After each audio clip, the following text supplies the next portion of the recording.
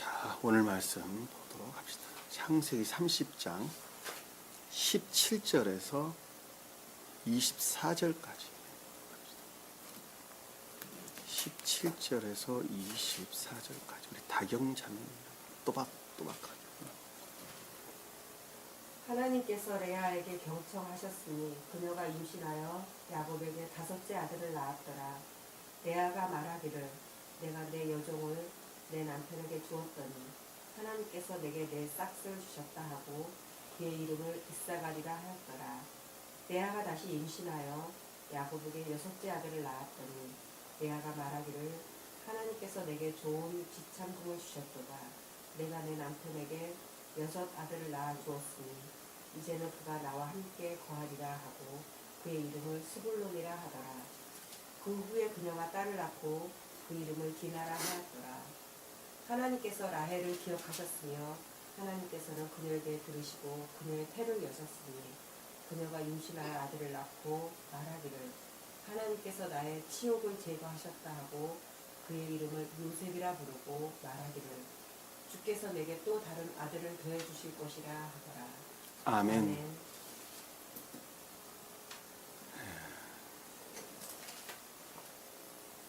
저희가 지금 공부하고 있는 부분은 이 땅으로 말하면 교회에 속한 자를 가리키는 말의 뜻이고,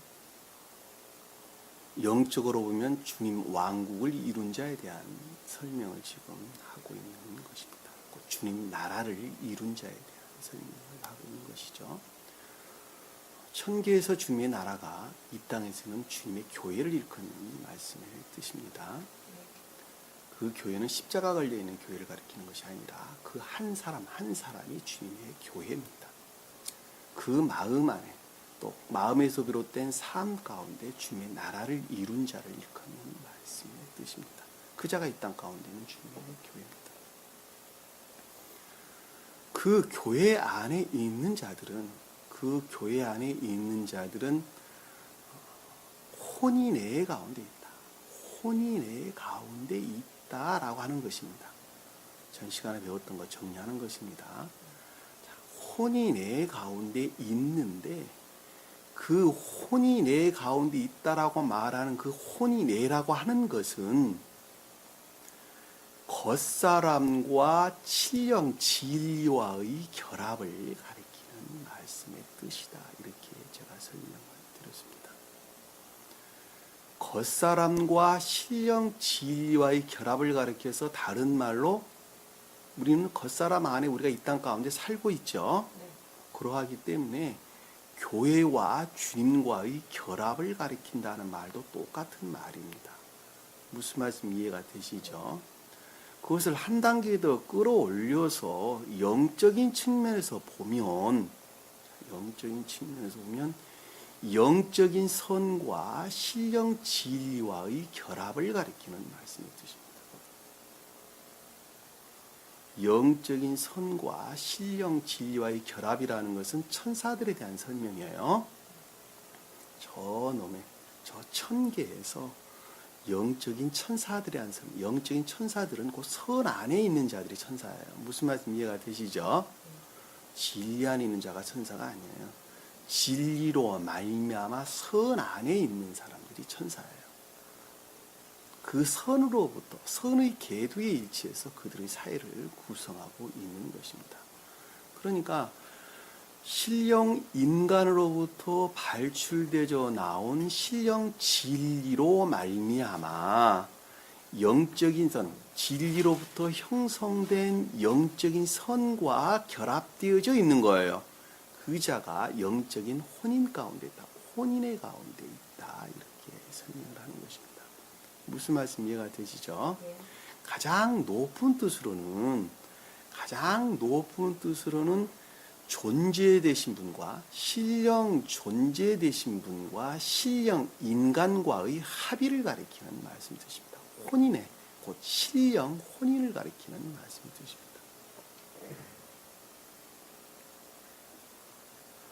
신령 존재와 신령 인간과의 혼인이다라는 말씀의 뜻은, 다른 말로 신령 혼인이다라는 말씀의 뜻은 신령 존재로부터 발출되져 나오는 그 어떤 것들이 있겠죠. 자, 신령 지혜다라는 말로 또 그것을 좀 더 극내적인 주님께 신령 존재로만부터 발출되져 나오는 극내적인 신령 진리가 있단 말입니다.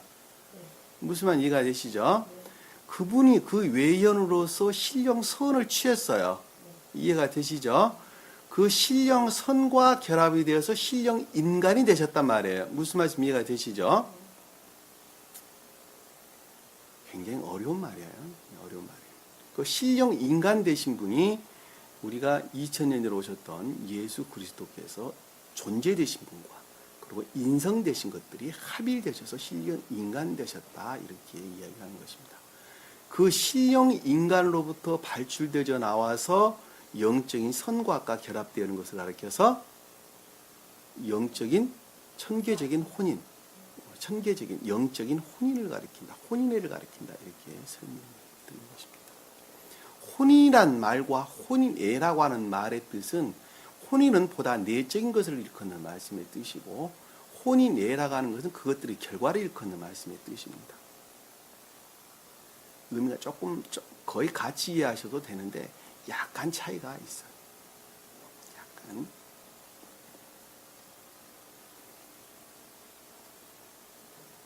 그러니까 영적인 교회를 이룬 자는 앞에 제가 설명했던 것들이 머릿속에 정리가 되면 이제는 서서히 여러분들이 말씀을 잘 이해할 수 있으리라고 봅니다. 자, 영적인 교회를 이룬 자는 영적인 혼인의 가운데 있게 되는데 혼인의 가운데 있게 되는데 그 혼인에는 말씀을 믿는 진리를 믿는 믿음으로부터 선과 결합하고자 하는 열망이 생기게 되죠. 선과 결합하고자 하는 열망. 전 시간에 다 배웠던 거예요. 말씀이 조목조목 따졌어요. 밀추수때라는 말로 따진 말이에요. 밀추수때라는 건 거듭남의 시작, 거듭남의 상태를 일컫는 말씀의 뜻이라는 거. 처음의 상태를 일컫는 말씀의 뜻이에요. 그러니까. 성경 초실절, 추수절, 초실절. 초실절은 처음에 읽으면 열매를 초실절이라고 그러죠. 추수절이라는 말도 똑같아요. 처음으로 추수하기 시작한 때를 가리키는 말씀의 뜻이에요. 그러니까 진리를 믿는 믿음으로 말미암아 선을 드러내고자 하는 열망 가운데 있는 자를 가리킨다는 거예요. 그것을 혼인애라고 설명을 드렸죠. 합한목이다라는 말로 설명. 합한목이다, 합한체다, 합한체다. 그리고 자기나무다라는 말로 설명이 돼서 나옵니다. 성경에는. 자, 그 자는 말씀의 문자적인 뜻의 적용 가운데 있다라고 설명합니다. 말씀의 문자적인 뜻과 결합되어져 있단 말이에요.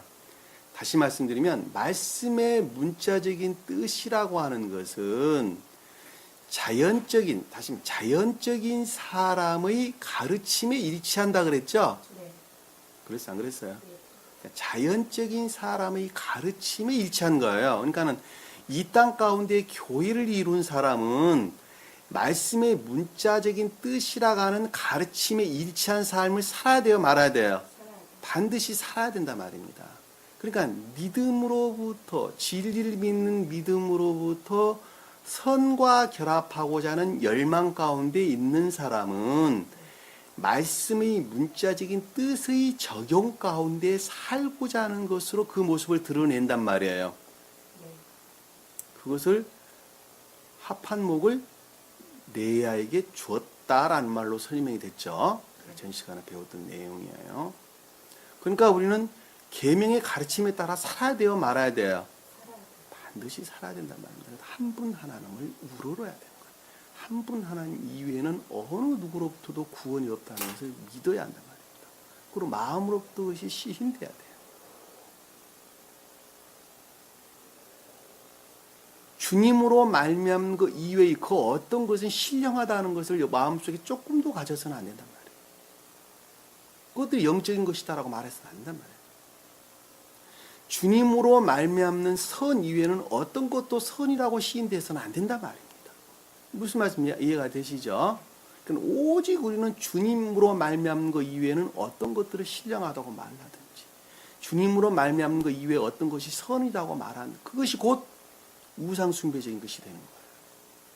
그것을 모양과 형상과 모양을 만들어서는 안 된다라는 말씀의 뜻이란 말입니다. 그것들을 자연적인 뜻으로 보면 무슨 이상한 형상이나 이미지, 모양을 만들어 놓고 그것도 예배하는 행위도 똑같은 것이 되겠죠. 왜냐하면 그것 자체가 신령하다고 생각하기 때문에 거기에 예배를 드리는 행위이기 때문에 그렇습니다. 그러니까 그런 짓들을 해서는 안 된다는 말의 뜻하고 똑같은 것입니다.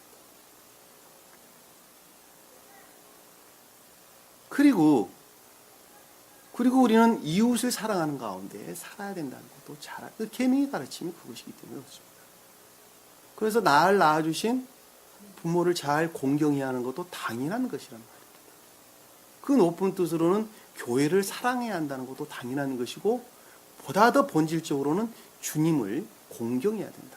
주님을 경배해야 한다는 것도 당연한 것입니다. 그걸 부모를 사랑한다는 말씀의 뜻이죠.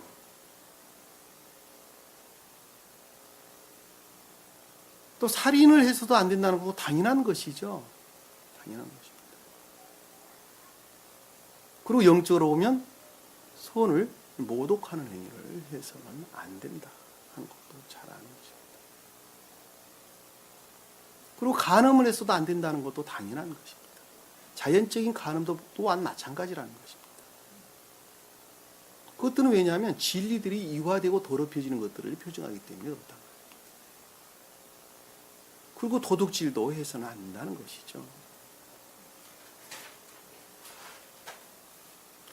모독하는 것이나 간음하는 것이나 도둑질하는 것이다 하는 것, 이 모든 것들은 그 본질을 뭘로 삼고 있어요? 탐욕으로부터 비롯되는 것입니다. 탐욕으로부터. 자기 탐욕을 채울 욕심으로 그와 같은 것들을 행하게 된단 말입니다. 자기 탐욕, 자기 욕망, 자기 쾌락 이런 것들을 채울 목심으로 모든 것들을 하게 된 것입니다. 그래서 사람들도 죽이고 그리고 간음도 하게 되고 그리고 도둑질도 하는 것을 잘 알 수가 있다. 그리고 그 탐욕으로부터 뭘 하게 되죠? 거짓 증거를 하게 된다는 것을 잘 알죠. 진리가 아는 것을 거짓을 진리로 가리키고 악을 선으로 바꾸어서 가리키는 것을 가리키는 말씀입니다. 다시 말씀드리면 잘못된 것을 가리킨다는 거예요. 교회 안에서. 선이 아닌 것을 선으로, 진리가 아닌 것을 진리인 것처럼 가장해서 가리키는 것을 일컫는 말씀의 뜻이란 말입니다. 그게 거짓 증거한다. 이렇게 설명합니다. 이웃의 물건을 탐해서도 안 되는 것이죠. 왜냐하면 가진 것만큼의 만족을 해야 되는 것입니다. 자연적으로 보면 이와 같이 계명의 가르침에 속한 이 모든 것들은 반드시 내적인 것과 결합되어 있는 것으로부터 그것의 생명력을 갖는다 그랬어요. 그렇죠? 내적인 것, 그 신령 진리를 표징하는 그것은 라헬로부터 그 생명을 갖기 때문에 라헬이 그 합한 채를 달라고 그러는 거예요. 합한 목을 달라고 그러는 거예요. 무슨 말씀 이해가 되시죠? 예.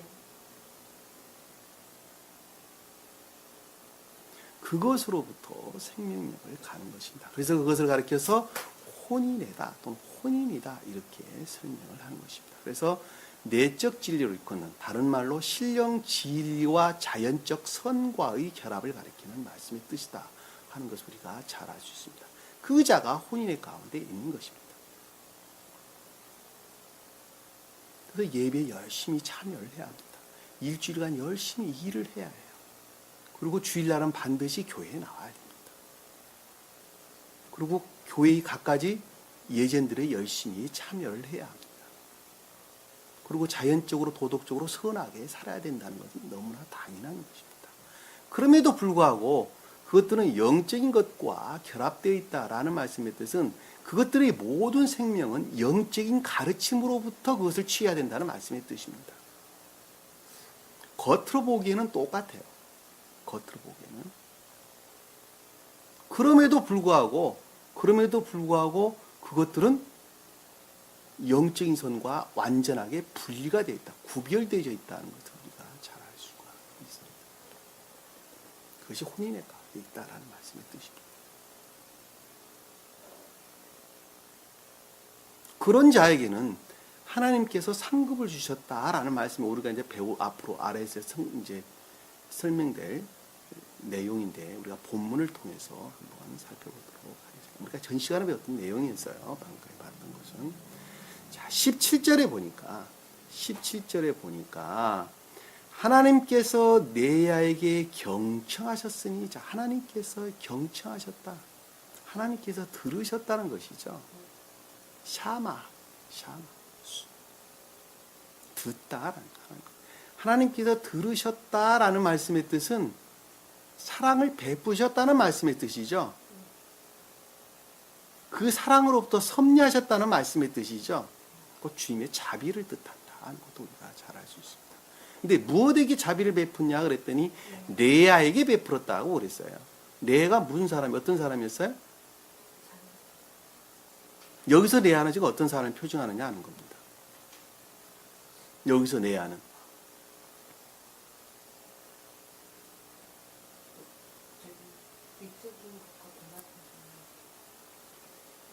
내적인 것으로 말미암는, 내적인 것과 혼인의 관계에 있는, 혼인 가운데 있는 자연적 선 안에 있는 사람이 레아예요. 무슨 말씀 이해가 되시죠? 왜? 앞의 상태의 계속적인 상태를 지금 설명하고 있기 때문에 그러는 것입니다. 무슨 말씀 이해가 되시죠? 그것들로부터 자연적 선, 다시 말하면 말씀의 문자적인 뜻의 가르침으로부터 선한 삶을 살고자 하는 애정 가운데 있는 사람을 가리키는 말씀의 뜻이란 말입니다. 내적인과 결합되어 있는 사람이에요. 그 자에게 주님께서 자비를 베푸셨다는 말씀의 뜻이란 말입니다. 예? 자비로 말미암아 섭리하셨다. 자비를 뜻한다는 걸 잘 알죠. 주님이 사랑으로 말미암았다는 말씀의 뜻이에요. 이해가 되시죠? 자, 그녀가 임신하여라. 그녀가 새로운 어떤 것들이, 생명에 관한 어떤 것들이 수용되었다. 또 시hin되었다. 또 잉태되었다. 같은 말이죠. 야곱에게 다섯째 아들을 낳았더니, 다섯째라고 하는 상태란 측면에서 계속적인 것을 가리키는 말씀의 뜻이죠. 아들을 낳았다. 야곱에게 아들을 낳았다라는 말씀의 뜻은 선에 속한, 야곱으로 일컫는 자연적 선에 속한, 주님으로 말미암는 자연적 선에 속한, 교회에 속한 어떤 일반적인 진리들이 나왔다는 말씀의 뜻입니다. 이 아들은 벤을 일컫는 아들을 가리키는 단어예요. 무슨 말씀 이해가 되시죠? 교회에 속한 일반적인 진리, 선에 속한 일반적인 주님으로 말미암는 일반적인 진리들이 나왔다는 말씀의 뜻입니다. 근데 레아가 그것을 보고 생각하기를, 레아가 말하기를, 그와 같은 것들에 대해서 생각하기를, 지각하기를, 여종을 내 남편에게 주었더니, 자, 여종이 누구였어요? 내 여종이 누구였어요? 실바로 일컫는 자연적인 선, 말씀의 문자적인 뜻으로부터 비롯된, 말씀의 문자적인 뜻으로부터 비롯된 궁극적으로 시중드는 겉사람에 속한 궁극적인 선들이죠. 그것들이 사실은 자연적 선이에요. 자연적 선. 사실은 자연적 선이에요. 야곱으로 일컫는 자연적 선이에요. 무슨 말씀 이해가 되시죠? 그것들이 남편에게 주었다라는 것은 선한 열매를, 선한 것들과 결합됐다는 말씀의 뜻이죠. 여기 남편은 이시라는 단어를 쓰는데, 레아의 남편은 선을 뜻하는 거예요. 선. 주님으로 말미암는 선을 뜻하는 거예요. 그것이 선들과 결합됐다는 말씀의 뜻이에요. 주었더니라는 것은 주다, 내다, 열매를 내다, 이런 뜻이다. 나타이란다. 나타. 구해내다, 이런 뜻이에요. 그러니까 선과 결합됐다는 말이에요. 선과 결합됐다.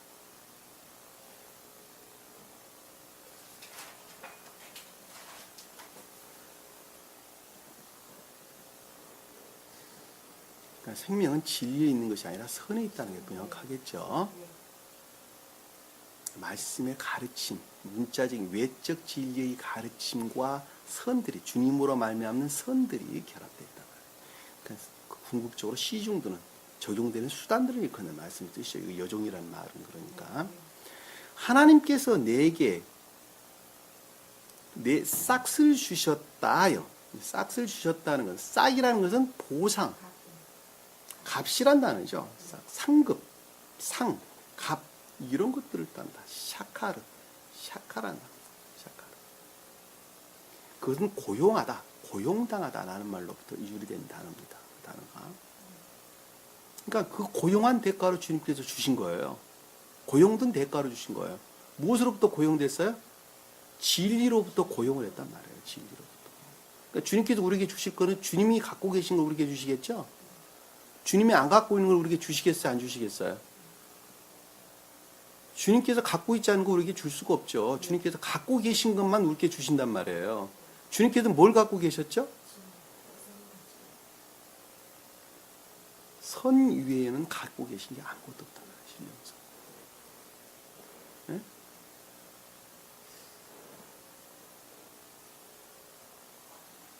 선 위에는 갖고 계신 게 아무것도 없어요. 우리 주신 것이. 그러니까 그것을 가장 높은 뜻으로 보면 진리로 말미암는 선을, 진리로 말미암는 신령한 선을 우리에게 값으로 주신 거예요.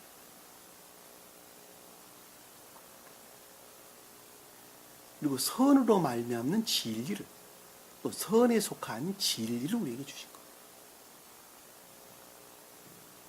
진리의 행함이라고 하는 인애의 선을 우리에게 주신 것입니다. 진리의 행함이라고. 또 믿음에 속한 선을 우리에게 주신 거예요. 진리로 말미암는 선 안에 있다. 선에 속한 진리 안에 있다. 진리의 행함 가운데 있다. 인애에 속한 선 가운데 있다. 믿음에 속한 선 가운데 있다. 이 모든 자들은 혼인의 가운데 있는 자예요. 혼인의 가운데. 그러니까 영적인, 천계적인 또는 천적인 혼인의 가운데 있다라는 그것이 우리에게 상급을 주신 거예요.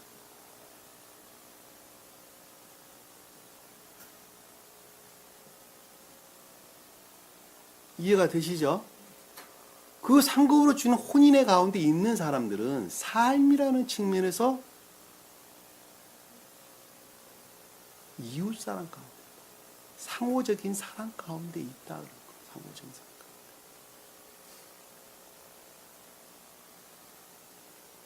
가운데. 인애의 선 가운데 있고, 이웃사랑, 인애의 삶 가운데 있는 인애의 삶 가운데.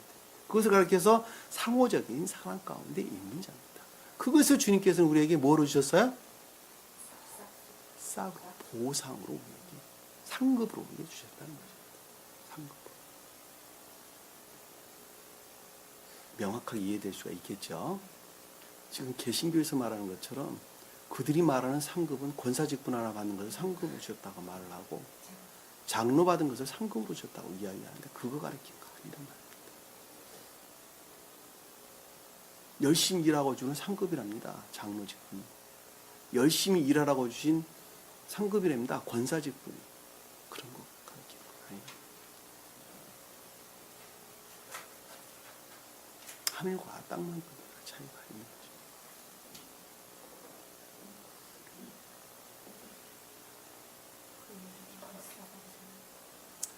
자, 그의 이름을 이사갈이라고 하였더라. 자, 그와 같은 상태에 놓여 있는 사람들을 가리켜서 이사갈이라고 했더라. 이사갈이라는 것은 들어올리다, 쳐올리다, 쳐들다라는 단어로부터 그리고 가득 마시다, 마시다, 대처하는 단어의 합성어입니다. 나사라는 단어와 사카라는 단어를 합성해요. 나사라는 단어는 들어올리다, 쳐올리다 이런 단어입니다. 어디부터 들어올렸어요? 어디서부터 들어올렸냐고. 어디로부터 들어올렸어요?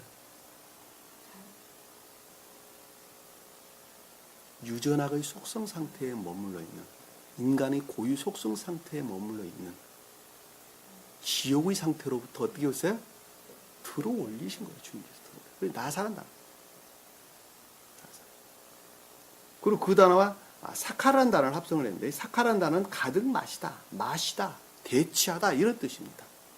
아주 취했다 이 말을 취했다. 무엇으로 취해 있어요? 무엇으로 취해 있어요? 청계적인 주님에 속한 연기로 대취해 있는 것이죠. 진리의 충만한 상태를 일컫는다. 잘 알 수가 있습니다. 무슨 말씀 이해가 되시죠? 그 자가 혼내가고 그 자리에서 있어가는 단어가 그 어원이 그렇게 비롯됐다는 말씀의 뜻이에요. 그러니까 진리의 충분한 상태, 그러니까 신령 연기의 충분한 상태, 충만한 상태에 대취해 있는 것입니다.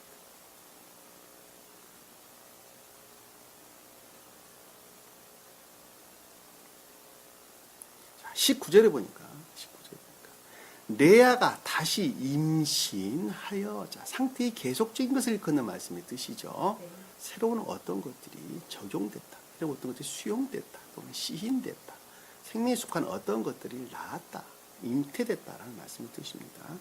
잉태됐더니 야곱에게 여섯째 아들을 낳았더니, 야곱에게 여섯째 아들을 낳았다라는 것은 교회에 속한 일반적인 것들, 선을 우러르는 교회에 속한 자연적 선을 속한, 그러니까 선을 삶이라는 측면에서 선을 우러르는 교회에 속한 일반적인 진리들을 가리키는 말씀의 뜻인데, 이 여섯째라고 하는 것은 상태의 마지막을 가리키는 말씀의 뜻이죠. 종전 것들이 마지막이 되고 새로운 교회의 시작이라는 것을 잘 알 수 있어요. 여섯이라는 숫자는 12번째 숫자와 같은 거예요. 같은 의미로 해석되는 거예요. 왜냐하면 여섯의 배수가 12이기 때문에 그러는 거예요. 이해가 되시죠? 그러니까 교회에 속한 모든 상태나 같은 12라는 숫자와 6이라는 숫자는 같은 뜻을 담고 있다는 걸 제가 설명을 드리는 것입니다.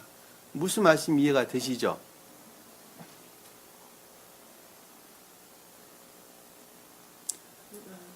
육일간이다라는 것은 시험의 상태를 가리키는 말씀의 뜻이고, 여섯 번째라는 것은 그 다음의 상태를 일컫는 시작을 뜻한다는 것을 잘 아시죠.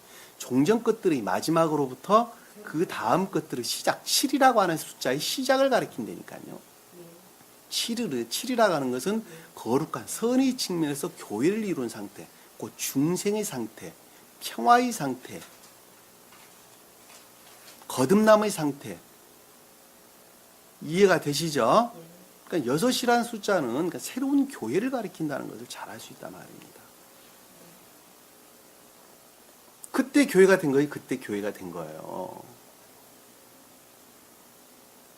나았으니, 교회가 그때 출현했다. 나았으니 드러났다.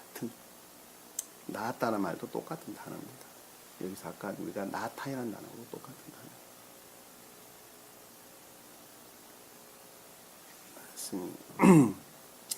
레아가 그와 같은 것들에 대해서 생각하기를, 6이라는 숫자와 10이라는 숫자가 왜 같은지 여러분들 이해가 되시죠?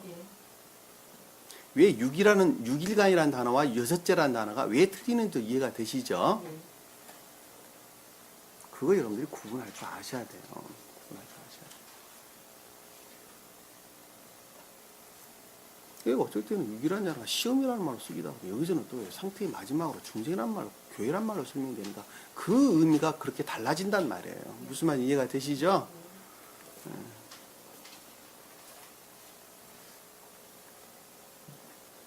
이제는 그가 나와 함께 거하리라고. 뭐지 써서요? 아니. 자, 그쵸. 레아가 말하기를. 자, 레아가 말하기를.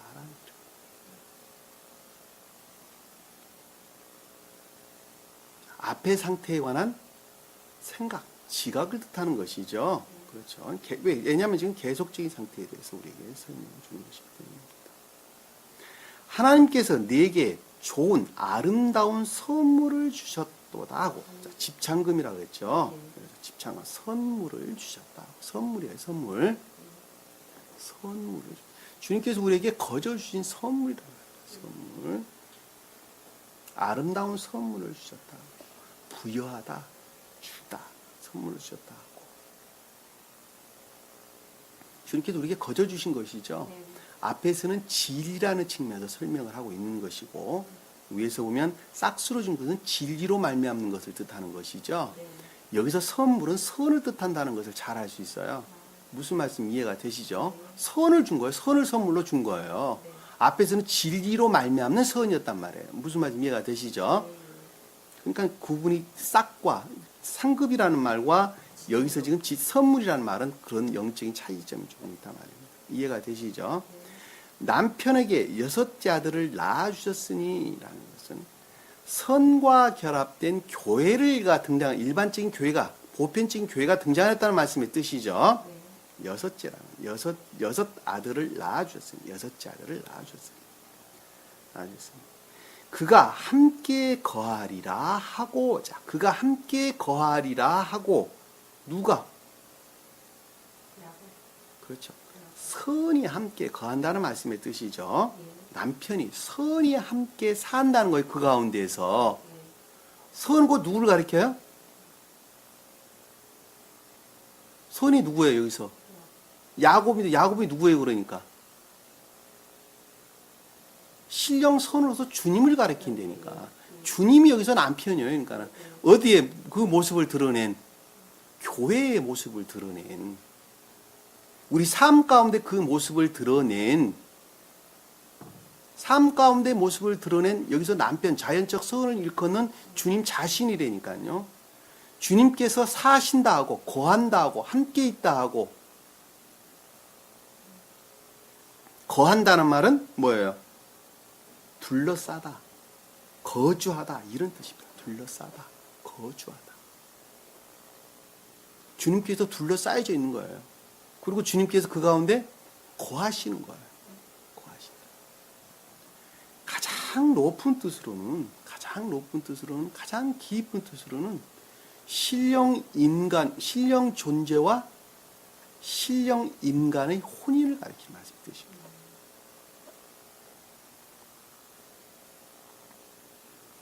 영적인 교회를 이룬 자는 천계적인 혼인 가운데 있다. 그러면 천계적인 혼인 가운데, 천계적인 혼인 가운데 있다.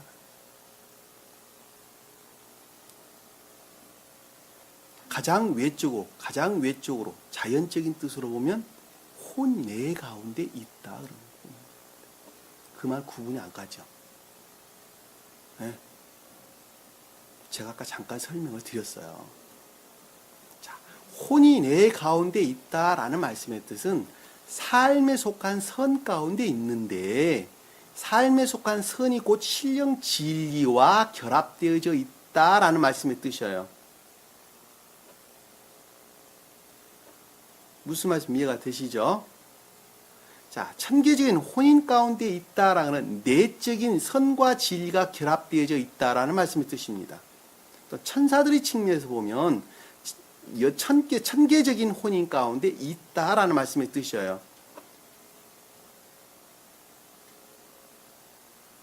무슨 말씀 이해가 되세요? 혼이내라고 하는 것은 결과를 가졌다는 설명이고, 혼이라는 그것들은 내적인 것을 일컫는 말씀의 뜻이고, 신령 존재와 신령 인간과의 합이라는 극내적인 것을 가리킨다는 말의 뜻이란 말입니다. 다시 말씀드리면 신령 존재와 신령 인간의 합일이란 말에 대한 설명은 좀 더 구체적으로 설명을 하면 2000년 전에 오셨던 예수 그리스도 그분께서 신령 영적인 측면에서 보면 신령 존재와 신령 인간의 합일 가운데 있었다는 말씀의 뜻입니다. 극내적인 존재의 측면에서 보면. 무슨 말씀 이해가 되시죠? 그리고 표준적인 뜻으로 보면 천사들과 신령 진리의 합일 가운데 있다는 말씀의 뜻이란 말입니다. 혼인의 가운데 있다는 말씀의 뜻이란 말입니다. 자연적인 측면에서 보면 교회에 속한 자들이 삶에 속한 선과 신령 진리와의 결합 가운데 있다는 말씀의 뜻이란 말입니다. 무슨 말씀 이해가 되시죠?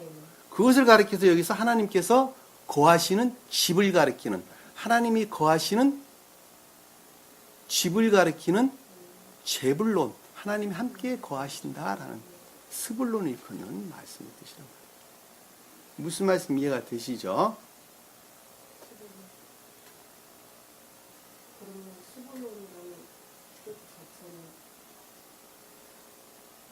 하나님이 거하신 곳. 하나님이 거하시는 그 말을 스볼로이라는 말의 뜻은 하나님이 거하신 곳.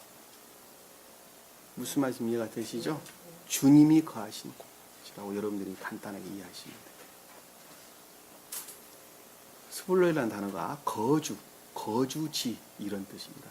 이것을 둘러싸다, 둥글다, 둘러싸다, 거주하다 이런 단어로부터 이유래되는 단어입니다. 그러니까 혼인애라고 말을 할 때 자연적인 선과 신령 진리와의 결합 가운데 있는 교회의 상태를 가리킵니다. 궁극적인 측면에서 볼 때, 자, 그것을 우리 자연계에서는 남자와 여자가 하나로 결합되는 혼인, 곧 결혼을 표징한다는 것도 잘 알 수 있겠죠. 그렇죠? 네. 그러니까 이 땅에 있는 남자와 여자의 결혼은 어디로부터 따왔어요? 천계적인 혼인으로부터 따온 거다 하는 것을 잘 알 수 있습니다. 천계적인 혼인으로부터 그 외연을 취하고 있다는 것도 잘 알 수 있단 말입니다. 무슨 말씀 이해가 되시죠? 그러니까 이 땅 가운데 결혼한 남녀, 그러니까 한마디로 말하면 부부들은 남편과 아내들은 남자는 진리로서 주님을 표징하고 여자는 가정의 선으로서 주님을 표징한다는 것도 잘 알 수 있단 말입니다. 무슨 말씀 이해가 되시죠? 자연적 선 안에 있는 자들이 진리의 복종 상태에 있듯이 진리의 통제, 통치, 가르침 가운데 있듯이 아내는 남자들에게 어떻게 한다고요? 복종해야 한다는 것도 잘 알 수 있어요. 복종해야 한다.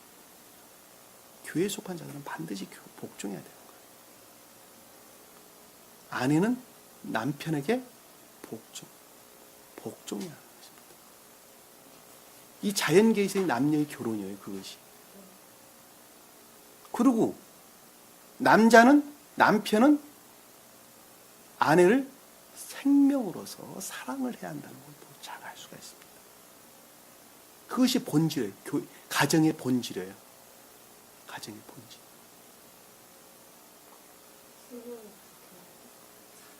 생명으로서 사랑을 해야 한다는 것도 잘 알 수 있다. 그래서 아내는 가정에서 어떻게 해야 돼요? 영적으로나 육적으로 잘 돌봐야 한다는 것도 잘 알 수 있습니다. 자식들을 잘 양육해야 하는 것. 온전한 가정을 이룰 수 있도록 사랑으로서 가정의 생명으로서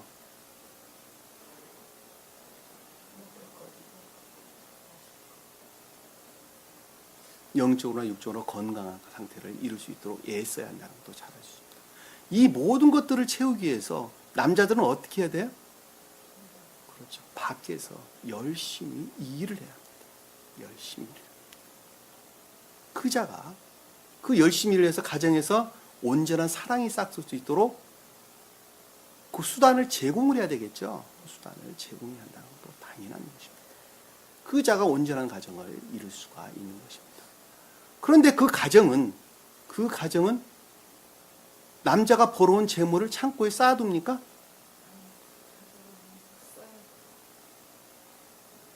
가정에 필요한 것만큼만, 건강한 가정을 이룰 만큼만 그들은 취해야 하고, 나머지 것들은 다 어떻게 해야 돼요? 이웃들에게 선을 베풀 목적으로 사용해야 한다는 것도 잘 알 수가 있습니다. 그들에게 생명을 부여할, 내 가정과 똑같은 생명을 부여할 목적으로 그들에게 선을 베풀, 그것이 상호적 사랑이에요. 그것이 혼인애예요. 영적으로 보면 무슨 말씀 이해가 되시죠?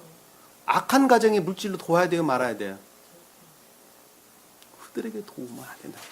내 가정과, 자기가 이룬 가정과 똑같은, 그보다 더 나은 가정을 이루어주기 위해서 그들 가정에게 물질로 도와야 하는 것입니다. 또는 영적으로 도와야 한다는 것도 것도 잘 알 수 있습니다. 영적으로 도움을 주기 위해서 그 물질이 또 소용되고 쓰여져야 된다는 것도 잘 알 수가 있습니다. 그것이 이 땅 가운데는 가정이 지켜야 합니다. 가정이 지켜야 합니다. 주님의 나라입니다. 그래서 가정은 주님의 가장 궁극적으로 보면 이 자연계에서의 주님의 집이다 하는 것도 우리가 잘 알 수 있어요. 가장 궁극적인 자연의 집. 그 결혼에 관한 이야기가 잠시 나왔으니까 설명을 드리고자 하는데 그 결혼은 지극히 천계로부터 그것이 따왔기 때문에 천계적인 것들을 표징하고 있다는 것도 우리가 잘 알 수 있겠죠. 근데 요즘 결혼이 어떻게 돼 있어요? 완전히 라면 끓여 먹듯이 결혼을 하게 되죠. 완전히 라면 끓여 먹듯이 결혼을. 그러한 것으로부터는 온전한 가정을 이룰 수가 물론 있을 수 있겠지만 참 힘들다 하는 것도 잘 아죠. 그래서 요즘에 이혼들도 많이 하게 되고 온전한 가정을 이룰 수가 없습니다. 그리고 이 땅 가운데 있는 결혼이라는 것은 그 본질에서 보면 온전한 교회가 있을 수 있어요, 없어요? 없어요. 왜냐하면 새 교회, 사람 말하면 주님으로 말미암는 교회를 이룬 자 이외에는 온전한 교회를 이룰 수가, 온전한 결혼을 할 수가 있어요, 없어요? 온전한 결혼을 할 수가 없다는 것도 우리가 잘 알 수 있습니다. 왜냐하면 남자는 그 목적으로서 여자를 만나고 여자는 그 목적으로서 남자를 만나기 때문에 그렇습니다.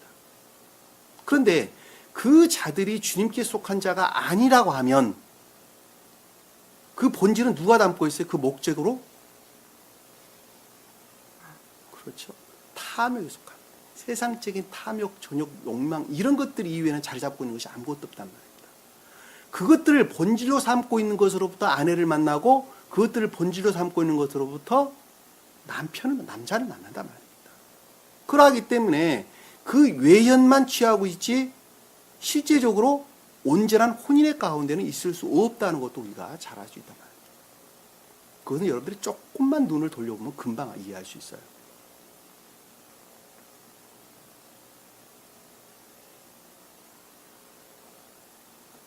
그런데 아주 드물게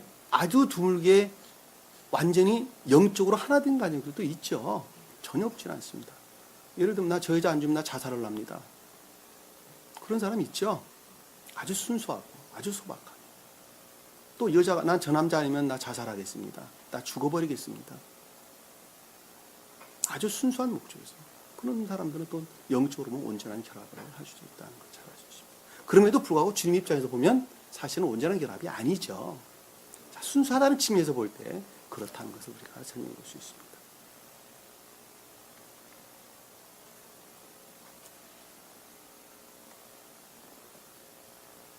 그러니까 그 결혼이라고 하는 것은 먼저는 우리가 반드시 약혼식이 있어야 됩니다. 그 약혼식 이전에는 반드시 중매가 있어서는 되는 것이 아니라 서로 간의 교제 기간이 반드시 필요하다는 것도 잘 알 수 있습니다. 왜냐하면 그거는 탐색하는 것과 똑같기 때문에 당신의 생명과 나의 생명이 서로 결합할 수 있을 것인가 없을 것인가라고 하는 탐색 기간이 필요하겠죠. 그러기 때문에 반드시 연애 기간이 필요하다는 것도 우리가 잘 알 수 있습니다. 중매라고 하는 것은 사실은 어디서부터 비롯된 거예요?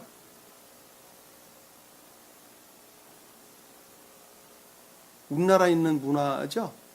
외국에도 더러 있을 수 있겠습니다만은 지극히 어디서부터 비롯됐어요?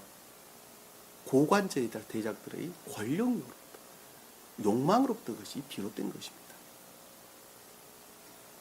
그것이 중매예요. 야, 저 중매 한번 서봐라. 저 집 가정 빵빵하단다. 아, 저 집 장관 따위란다. 중매 한번 서봐라. 사람이 정략기로요, 일종의. 그것이 중매가 비롯된 초기예요, 초기. 영적으로 중매는 뭐예요? 영적으로 중매는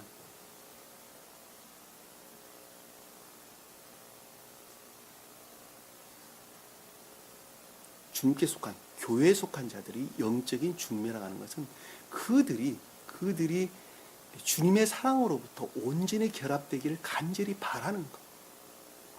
그것이 중매. 우리가 뭐예요? 중보기도라고 그러죠. 중보기도라고 그러는데 중보기도라는 것은 따따따 떠들어대는 말을 가리키는 말이 아니라 설령 그렇게 입술로서 표현을 한다 하더라도 어떤 사람이 주님께 속한 교회에 나가기를 간절히 바라는 것. 그것이 중보기도예요, 중보기도. 마음으로부터 간절히 바라는 거예요. 어떠한 그 한 가정이 주님께 속한 가정이 되기를 간절히 마음으로부터 바라는 거예요. 그리고 지금 결혼이라는 측면에서 보면 그 남녀가 마음으로부터 하나 되어 온전한 가정을 이루기를 간절히 바라는 거예요. 그것이 중보기도예요, 중보기도. 그것이 중개예요.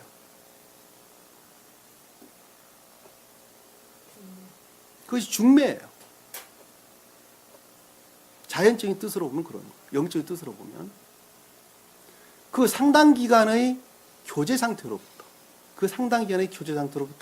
반드시 약혼식이 있어야 된다는 것도 잘 아시십니다. 그 약혼식은 내적인 결합을 표징하기 때문에 그렇습니다. 무슨 말씀 이해가 되시죠? 네. 마음으로부터 하나 되는 것을 표징한단 말입니다. 마음으로부터 하나 되는 것. 그것이 약혼식이에요. 그 약혼식은 반드시 예물을 주고 받아야 돼요, 말아야 돼요. 그러니까 반드시 예물을 주고 받아야 됩니다. 예물을 주고 받아야 돼요. 그 예물은 가능하면 금으로 했으면 좋겠어요. 가능하면 금으로. 그러나 귀한 것으로 하면 됩니다. 성경적으로 보면 보석도 괜찮고 금도 괜찮아요. 귀한 것으로 하면 됩니다. 가능하다면 목걸이와 반지가 있어야 된다 하는 것도 잘 아십니다. 왜 그러냐면 목걸이라고 하는 것은 주님과의 내적 교류를 표정하는 것이기 때문입니다. 그것이 몇 돈이 중요한 것이 아니라 표징적인 것들을 설명을 드리는 것입니다. 그러니까 약혼식에는 반드시 목걸이가 있어야 되고 그리고 반지가 손에 끼는 반지는 궁극적인 삶이라는 측면에서 주님의 능력을 표정하기 때문에 그렇습니다. 능력에 속한 결합을 표정하기 때문에 그런 거예요. 그러니까 극내적인 것으로부터 극외적인 것까지 주님의 결합을 표현하기 때문에 그렇습니다.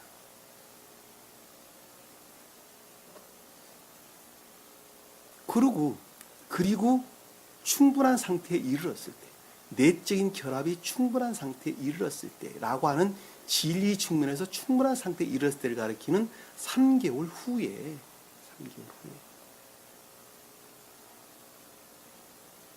정식으로 결혼을 해야 하는 것입니다. 그것은 왜? 궁극적인, 외적인, 자연적인 삶이라는 측면에서 결합을 표정하기 때문에 그렇습니다.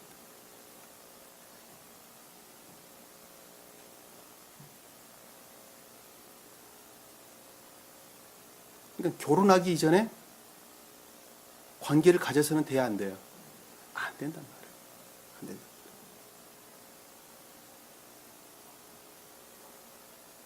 그 결혼은 라면 끓여 먹듯이 해서는 되는 게 아니라 일가, 친척들, 그리고 가까운 사람, 이 모든 사람들을 불러놓고 맛있는 음식을 대접을 하면서 하루 종일 하는 것입니다. 하루 종일. 왜? 그것들은 충분한 것들을 뜻하기 때문에 그렇습니다. 아침부터 저녁까지 잔치를 베풀어야 됩니다. 잔치를.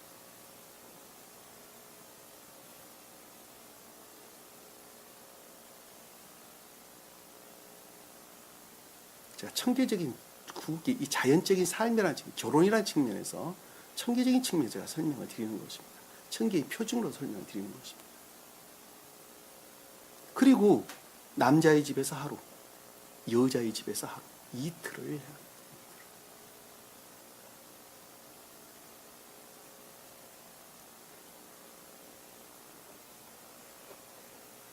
그것은 선과 진리의 합을 가리키기 때문에 그렇습니다.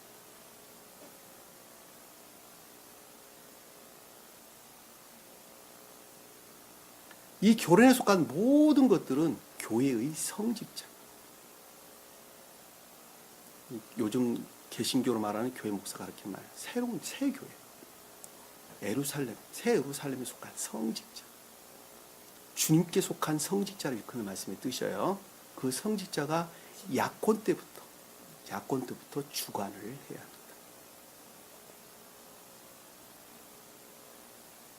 그것이 이 땅 가운데는 온전한 결혼이에요. 청교적인 표준이에요.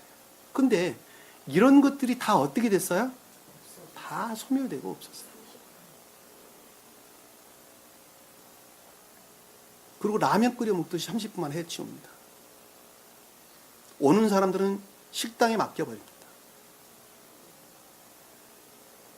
안 가고 돈만 주고 끝냅니다. 목적으로 축의금도 합니다.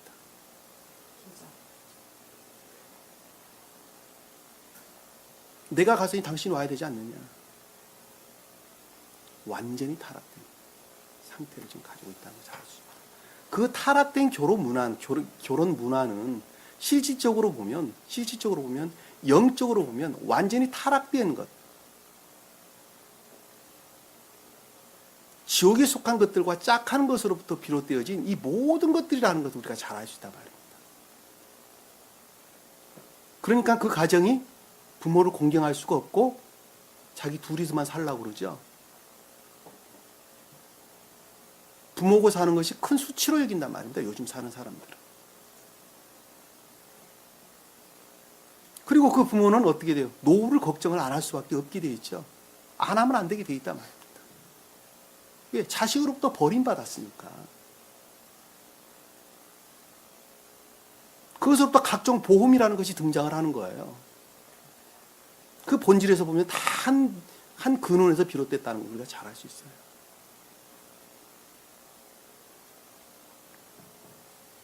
나이가 먹으면 육체가 말을 안 들어. 일을 못합니다. 그동안에 길러줬던 젊은 자식들이 부모를 잘 봉양해야 하는 것은 당연한 것입니다. 이 핵가족 문화도 마찬가지 아닙니까? 자기 잘 먹고 살자고 자기 혼자 잘 먹고 살자고 한 데서 비롯된 거 아닙니까? 세상이 완전히 거꾸로 지금 뒤바뀌어져 있습니다.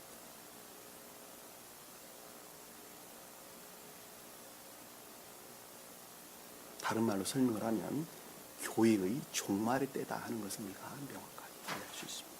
그러하기 때문에 주님께서는 새로운 교회를 다시 세우지 아니하면 안 될 상황에 이르렀다는 것도 우리가 잘 알 수 있습니다.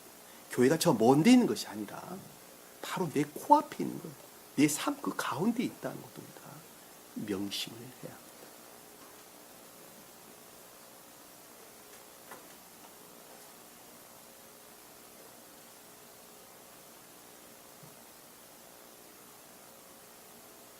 그것이 혼이네요. 혼인.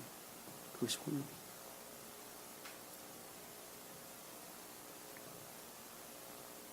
그 이름을 스불론이라 하였더라. 자, 그와 같은 상태를 가리켜서 주님이 함께 하신 그곳, 주님께서 거하시는 그곳, 그것이 곧 교회고 천국이고 주님의 나라를 가리키는 말씀의 뜻입니다. 그것을 스불론이라 하였더라. 그 후에 그녀가 딸을 낳고 그 이름을 디나라 하였더라. 자, 여기서 딸이라 하는 것은 딸을 낳았다는 딸은 두 가지 측면에서 성경에서 설명이 되어 있는데, 하나는 진리에 대한 애정을 뜻하는 단어가 있습니다. 교회에 속한 것들에 대한 애정을 뜻하는 단어가 있습니다. 같은 말입니다. 또 하나는 교회를 가리킨다는 것도 잘 알 수 있어요. 교회를 가리킨다. 딸은 바트라는, 히브리어로 보면 바트라는 말을 쓰는데, 애정을 뜻하는 단어 또는 교회를 가리킨다는 걸 잘 알 수 있어요. 자, 그러니까 시혼의 딸 그러면은 천적인 교회를, 예루살렘의 딸 그러면은 영적인 교회를 표징한다는 것도 잘 알 수 있어요. 근데 여기서 지금 교회가 나타났는데 그 교회를 뭐라고 그랬어요?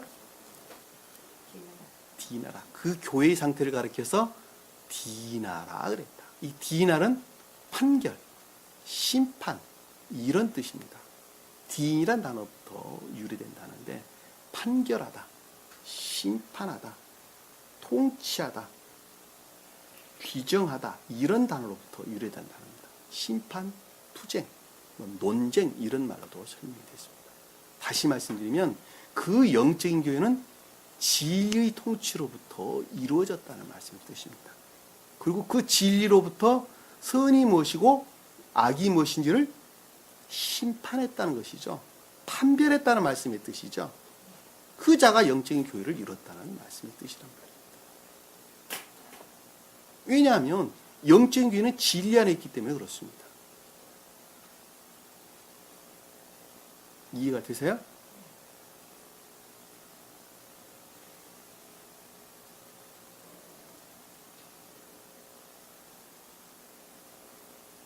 자, 22절에 보니까 하나님께서 라헬을 기억하셨으며 하나님께서 그녀에게 들으시고자 하나님께서 라헬을 기억하고 또 그녀를 들었다라는 말씀의 뜻은 기억했다는 말씀의 뜻은 예견하셨다.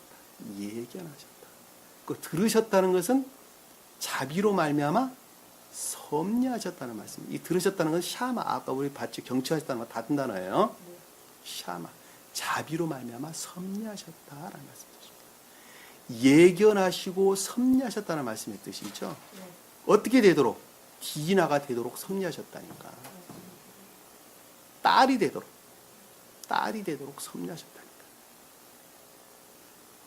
이 예견이라고 하는 단어는 개신교에서 설명하고 있는 예정론하고는 완전히 다른 말이에요.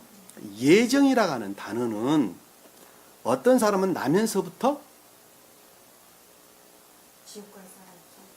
지옥 갈 사람이 예정되어 있고 어떤 사람은 나면서부터 천국 갈 사람이 예정되어 있다라고 그럽니다. 그거 가르치는 말 아니에요. 여기서 예견이라는 말의 뜻은 주님의 사랑을 뜻하는 단어인데 그 자는 어떠한 그 자는 소박한 선 안에 있는 어떤 그 자는 중생에 이를 것이라는 것을 예견하셨다는 말씀의 뜻이에요. 무슨 말씀 이해가 되시죠? 그 사랑 그 자체를 가리키는 것 이외에는 다른 것을 뜻하는 것이 아니란 말입니다. 그럼 반대로 보면 아까운 인자는 지옥이 가도록 예견하셨습니까? 맞아요, 틀려요? 틀린 말이에요.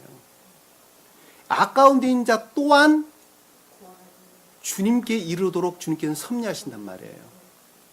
그 말의 뜻은 좀 더 쉽게 설명을 하면 내가 낳은 자식이 하나 있다니까.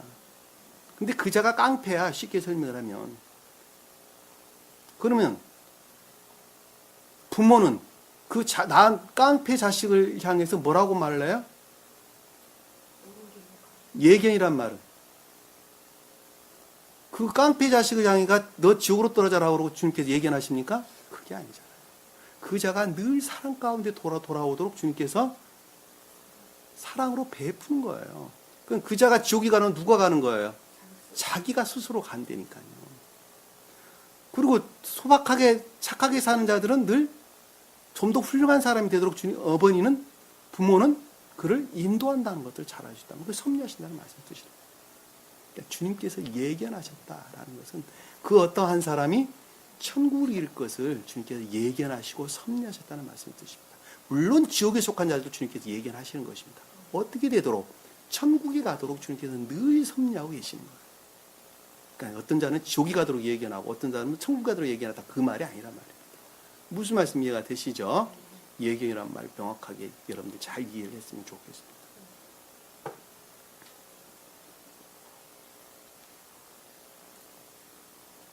그녀의 태를 여셨으니, 자, 그녀의 태를 열었다라는 말씀의 뜻은 좋은 씨앗이 뿌려질 수 있는 토양을 제공했다는 말씀의 뜻이죠. 주님께서 누구를? 라헬에 속한 자들을.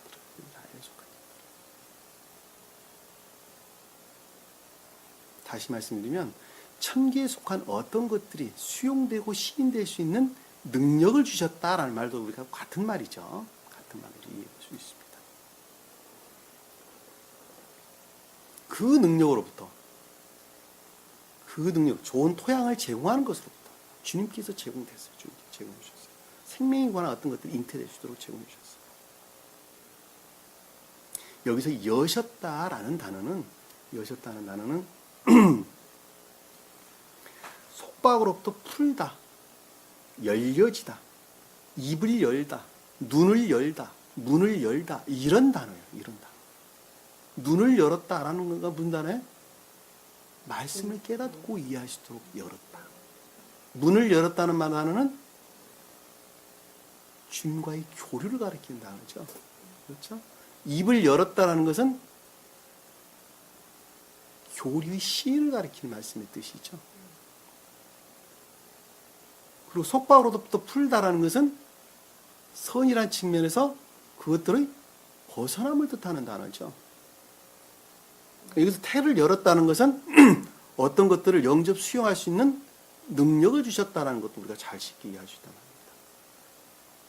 이해가 되시죠? 무슨 말씀인지. 하나로 결합될 수 있겠죠. 그러니까 그녀가 임신하여 그것으로부터 생명에 관한 그 어떤 것들이 수용됐다는 말씀의 뜻이죠. 선의 측면에서 수용됐다는 말씀의 뜻이죠.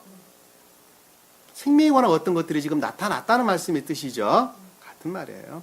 아들을 낳고 교회에 속한 어떤 일반적인 것들이 나왔는데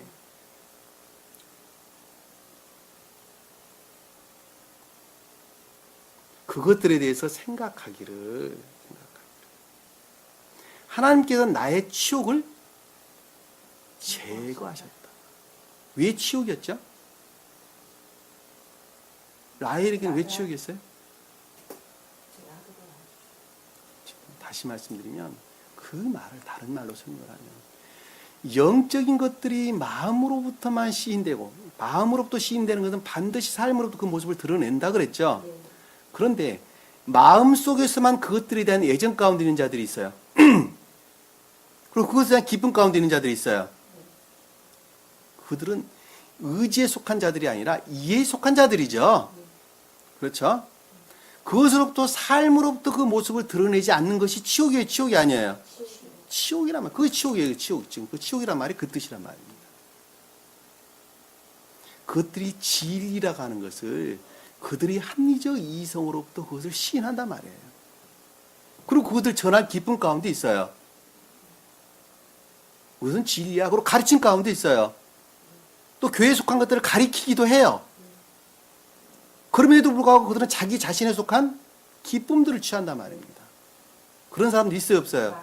아주 많죠. 그것이 심하면 그것으로 자기 탐욕을 취한다는 것도 명확하게 이해할 수 있겠죠?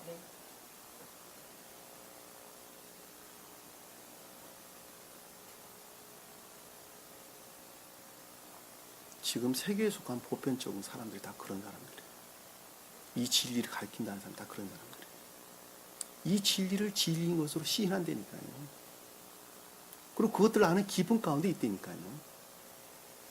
그리고 그들이 그것을 가리켜요. 그러니 또 그것을 삶으로부터 선이라는 측면에서 그것을 주님 우러는 것이 아니라 자기 기쁨 가운데 자기 기쁨으로 그것을 취하는 자들이 있다는 걸 잘 알 수 있다.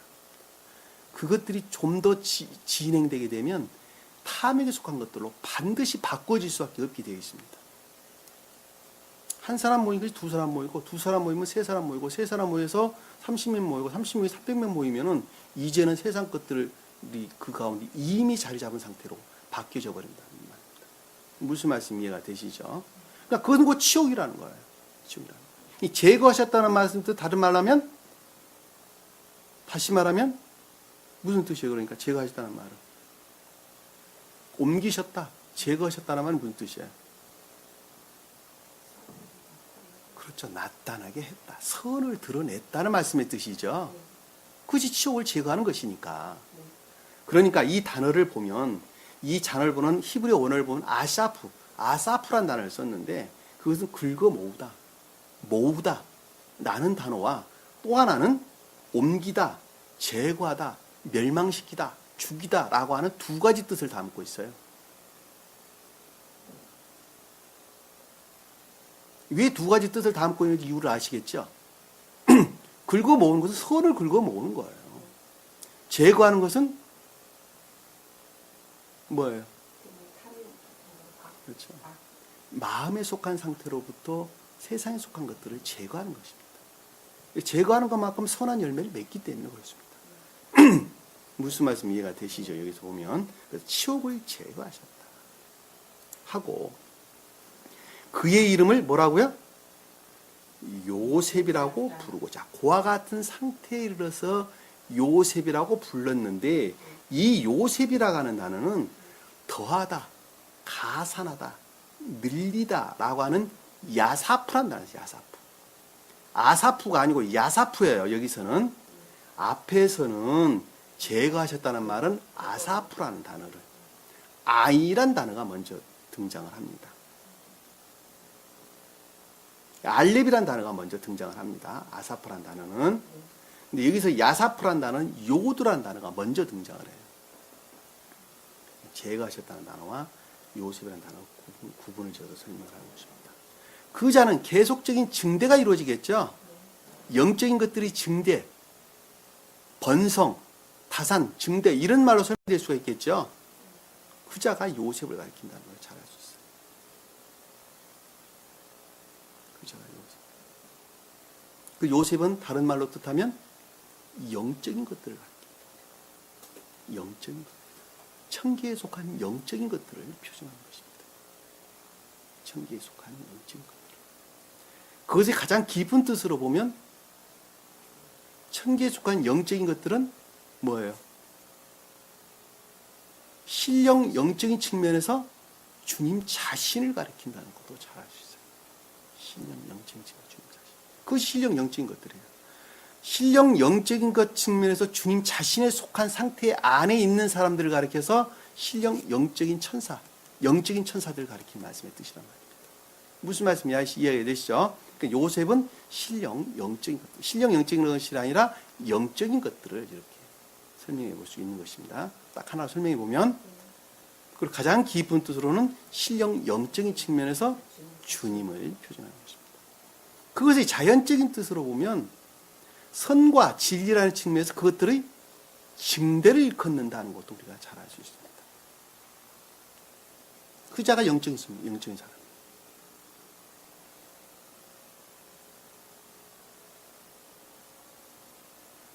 이해가 되시죠? 이 요셉이 영적인 것들을 뜻한다 하는 것을 우리가 잘 볼 수가 있는데, 곧 영적인 것들, 곧 영적인 나라, 곧 주님 나라죠. 영적인 것들은. 그렇죠? 영적인 나라. 영적인 사람, 영적인 왕국 다 같은 말도. 그것들이 그 영적인 것들로 이루어지기 때문에 그렇습니다. 신령, 그러니까 여기서 말하는 영적인 것들이라는 것은 영적인 나라, 또는 영적인 사람, 또는 인에 속한 선 안에 있는 사람, 또는 믿음에 속한 선 안에 있는 사람, 또는 선에 속한 진리 안에 있는 사람, 또는 진리의 행함 가운데 있는 사람, 또는 믿음으로 말미암는 선 안에 있는 사람, 다 같은 말입니다. 그 자가 영적인 나라를 이루었고, 그리고 영적인 사람, 천사들을 일컫는 말씀의 뜻입니다. 그 사람이 이 땅 가운데 있는 주님의 영적인 교회를 표징하는 것이고, 그것이 계시록에서 말하는 새 예루살렘을 가리키는 말씀의 뜻이고, 그리고 이 땅 가운데 주님께 새로 설치한 새로운 교회를 표징한다는 것도 우리가 잘 알 수가 있습니다.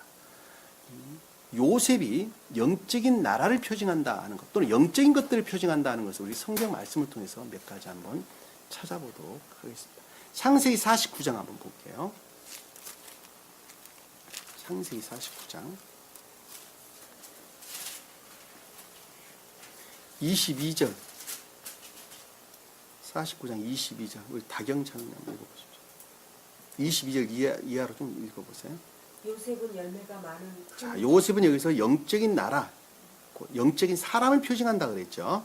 그러니까 그 말을 여러분들 연이어서 쭉 머릿속에 담아보세요. 한번 읽어보세요. 큰 가지니 곧 샘 곁에 열매가 많은 큰 가지라. 그 가지가 담을 넘어 뻗치는도다. 활 쏘는 자들이 그를 몹시 괴롭히고 그에게 활을 쏘며 그를 미워하였으나. 자, 여기서 활 쏘는 자들이 그를 몹시 괴롭히고 그에게 활을 쏘며 그를 미워하였으나라는 것은 악에서 비롯된 거짓, 또는 거짓에서 비롯된 악들을 가리키는 말씀의 뜻이에요. 자, 읽어보세요. 24절. 요셉의 팔이 더욱 강하고 그의 손의 팔이 야곱의 능하신 하나님의 손을 통해 강해졌으니 자, 야곱의 능하신 하나님의 손은 신령, 진리에서 비롯된 능력으로 말미암는 자연적 선을 뜻한다는 걸 잘 알 수 있어요. 무슨 말씀 이해가 되시죠? 네. 그래서 야곱의 능하신 하나님의 손이란 말을 좀 읽어보세요. 거기에서 목자 곧 이스라엘의 돌이 나오도다.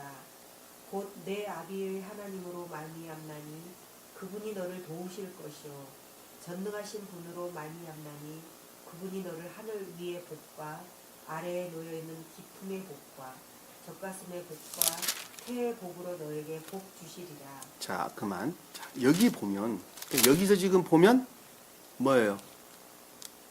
여기서 지금 야곱이 지금 저기 요셉에 대해 축복하는 내용이 지금 설명돼서 나오게 되는 것이죠.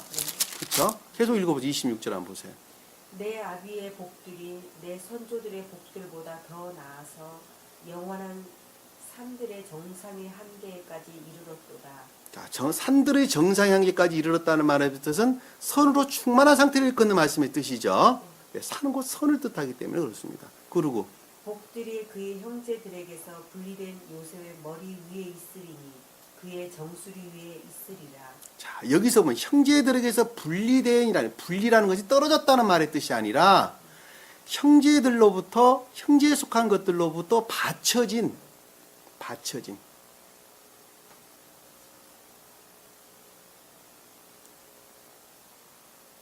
나지르를 한다. 나지르. 받쳐진. 그러니까 받쳐진 것이라는 말은 그것으로부터 들어 올려졌다는 말씀의 뜻이죠. 들어 올려. 그러니까 돌이키다, 성결케 하다라는 단어로부터 유래된 단어예요. 그 단어가. 나자라는 단어로부터. 요셉이 머리 위에 있으니 그 정수리 위에 있으리라.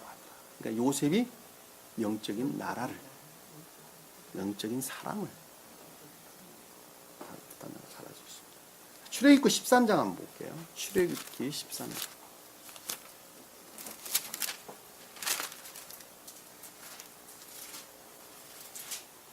출애굽기 13장 19절 한번 볼게요. 당의자님 읽어보세요. 모세가 요셉의 뼈들을 취하였으니 이는 요셉이 이스라엘 자손에게 엄히 맹세시켜 말하기를 하나님께서 반드시 너희를 찾아오시리니 너희는 여기서 내 뼈들을 너희와 함께 가지고 나가라 하였습니다. 여기는 지금 이스라엘 백성들이 바로의 핍박으로부터 분리되어 가는 과정이죠. 주님으로 출애굽하는 과정을 지금 설명하고 있는 것이죠. 그들이 이집트로부터 출애굽을 할 때에 요셉의 뼈들을 취한다 그랬죠. 반드시 취해서 나가라 그랬죠. 그 뜻이 무엇이냐면 이 뼈는 궁극적인 것들을 가리키는 말씀의 뜻이란 말입니다. 그 자연적인 선을 뜻한다는 걸 잘 알 수 있어요. 그러니까 요셉의 뼈라는 것은 영적인 것들과 결합된 궁극적인 것들이 분리되는 것을 뜻한다는 것을 잘 알 수 있단 말입니다. 무슨 말씀 이해가 되시죠? 그러니까 요셉이 자기가 죽으면서 창세기 마지막 장에 보면 마지막 장 마지막 절쯤에 보면 반드시 너희는 어떻게 라고 해서 애굽으로부터 내 뼈를 갖다가 가나안 땅에 묻으라 그랬죠? 네. 가지고 나 가나안 땅에 묻어라. 가지고 나오너라 이렇게 설명을 하고 있는 걸 잘 볼 수가 있단 말이에요. 왜냐하면 그것이 궁극적인 것들 안에 있는 영적인 것들을 표정하기 때문에 그것들과 반드시 분리가 돼야 된다는 말씀의 뜻을 지금 우리에게 설명해 주고 있다는 걸 잘 알 수 있단 말입니다. 이해가 되시죠? 네. 또 볼게요. 신명기 33장 한번 볼게요. 신명기 33장.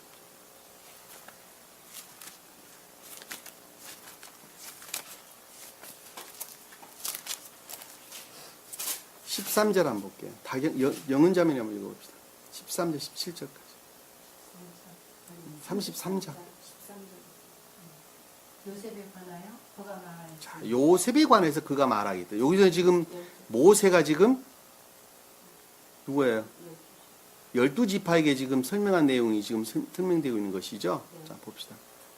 주의 복이 그의 땅에 임하여 하늘의 신기한 것들과 이슬과 땅 밑에 있는 깊음과. 자, 여기서 보면 땅에 임하였다는 것은 교회를 뜻하는 단어를 잘 알 수 있어요. 그렇죠? 하늘의 진기한 것들과 이슬의 땅과 밑에 있는 그 밤인 것은 극내적인 것으로부터 극외적인 것까지 모든 것들을 가리키는 단말의 뜻이에요. 이해가 되시죠?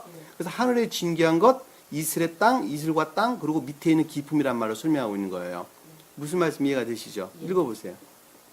태양이 내는 맛있는 과일들과 달이 내는 진귀한 것들과 자, 앞에서는 태양이 내는 것이는 선의 측면에서, 달을 내는 것은 진리에 속한 선의 측면에서 설명하고 있는 것이죠. 자, 계속 읽어보세요. 15절에. 이 산들이 최고품과 영원한 작은 산들이 진귀한 것들. 자, 여기서 보면 옛산들의 최고품이라는 것은 고대 교회에 있었던 선들을 일컫는 말씀의 뜻이죠. 영원한 산들이 작은이라는 건 영적인 선을 표정하는 거예요. 무슨 말씀 이해가 되시죠? 작은 산들은. 큰 산에 비해서 작은 산은 영적인 선을 표정한다는 겁니다. 왜? 큰 산은 상대적으로 천적인 선을 표정하기 때문에 그렇습니다. 이해가 되시죠? 16절 이하를 보세요. 땅과 거기 충만한 것들이 진귀한 것들도 고기 덤불 안에 거하시는 분의 보이로 인하여 자, 영적인 덤불 안에 거하신 분은 호이라는 것은, 이 덤불은 기억지에 속한 조잡한 것들을 가리키는 말씀의 뜻이에요.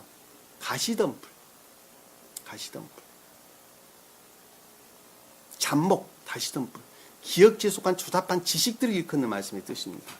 거기에 거하신 분이 뭐를 베풀었다고요? 사랑을, 자비를 베푸셨다는 말씀의 뜻이죠. 이나요. 또 보세요. 요셉의 머리와 자기 형제들로부터 성별되었던 자기의 머리 꼭대기 이 말이라. 자, 여기 성별되었다는 것은 구별하였다는 말의 뜻이 아니라 거룩하게 했다. 선한 자와 악한 자를 구별했다는 말이 아니에요. 이거 사람들 해석을 하기를 선한 자와 악한 자, 왜? 요셉을 구덩이에다 쳐넣었으니까 나머지는 악한 자 아니냐 그래서 선한 자와 악한 자를 구별했다는 말이 아니라 거룩하게 했다. 거룩하게 했다. 무슨 말씀 이해가 되시죠? 자, 보세요. 17절 이하. 그의 영광은 수송아지의 첩배 새끼 같으며 그의 뿔은 유니콘의 뿔 같고. 자, 여기서 보면 그의 영광은 숫송아지의 첩배 새끼 같다는 순진무구한 선을 뜻한다는 걸 잘 알 수 있죠. 그리고 그 외에 그의 뿔은 유니콘, 유니콘의 뿔 같고라는 들어올려진, 유니콘이라는 건 들소를 가리킨다. 들소. 야생 황소, 들소. 근데 그 단어가 높이다, 들어올려지다, 이 단어로부터 유래되는 단어예요. 그러니까는 들어올려진 능력을 뜻한다. 뿔은 능력을 가리키는 단어죠. 그러니까 겉사람으로부터 들어올려진, 영적인 사람으로 들어올려진 능력 가운데 있다는 말씀의 뜻이에요. 무슨 말씀 이해가 되시죠? 누가? 요셉이 있고, 또 읽어보세요. 그 뿔들을 가지고 그 백성들을 땅 끝까지. 모두 밀었다. 그 거짓들을 어디까지 밀었다고요? 땅 끝까지. 땅 끝까지 밀어냈다.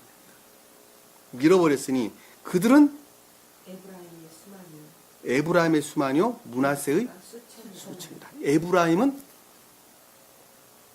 새로운 생명, 새로운 의지와 이해를 우리가 주님께 주신다 그랬죠.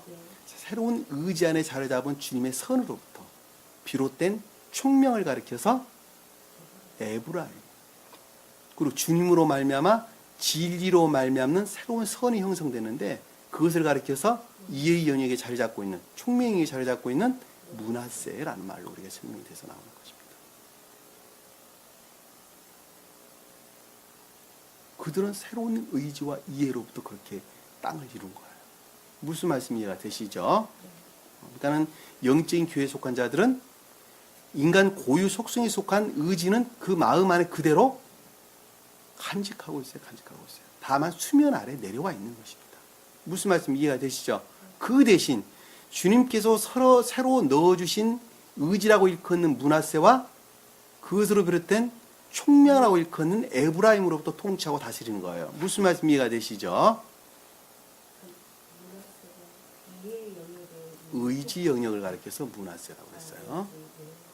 새로운 의지 영역에 자리 잡은 므낫세로 일컫는 주님의 믿음으로 말미암는 선과, 그리고 그 사랑으로부터 발출되죠.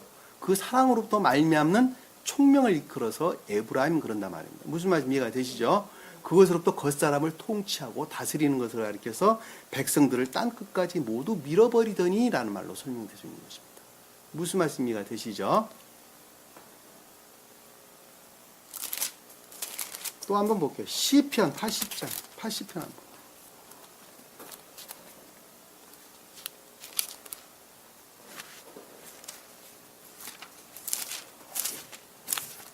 시편 80편 1절에서 3절 오 이스라엘의 목자여 요셉을 양떼처럼 인도하시는 주여. 이스라엘 목자는 영적인 것들을 가리키는 곧 주님을 표징하는 것이죠. 그렇죠? 요셉을 양떼처럼 인도하셨다라는 말씀의 뜻은 영적인 교회로 인도하셨다는 말씀의 뜻이죠. 또 주님의 나라로 인도하셨다는 말씀의 뜻입니다. 영적인 사람 되게 하셨다는 말씀의 뜻입니다. 또 인애의 선 가운데 있게 하셨다는 말씀이 같은 거예요. 길을 기울이셔서 그룹들 사이에 거하시는 주여. 이 그룹들은 천사들 가리키는 말씀의 뜻이죠. 왜? 천사들은 그 생명을 주님으로부터 취하기 때문에 그 사이라는 말로 설명이 되는 것입니다. 빛을 주소서 진리를 뜻한다는 것, 신령 진리를 뜻한다는 걸 잘 알 수 있습니다. 그 진리로부터 에브라임과 베냐민과 므낫세 앞에 주의 힘을 내시고. 에브라임 뭐예요? 새로운 생명의 총명. 므낫세는 뭐예요? 주님으로 말미암는 새로운 생명, 의지의 영역에 새로운 의지에 속한 주님의 생명, 그 선을, 다른 말로 양심을. 그리고 베냐민은 뭐예요? 그것들로도 파생되자 오는 모든 천적이고 영적인 것들을 그런 말씀을 드셔요. 베냐민은 단어.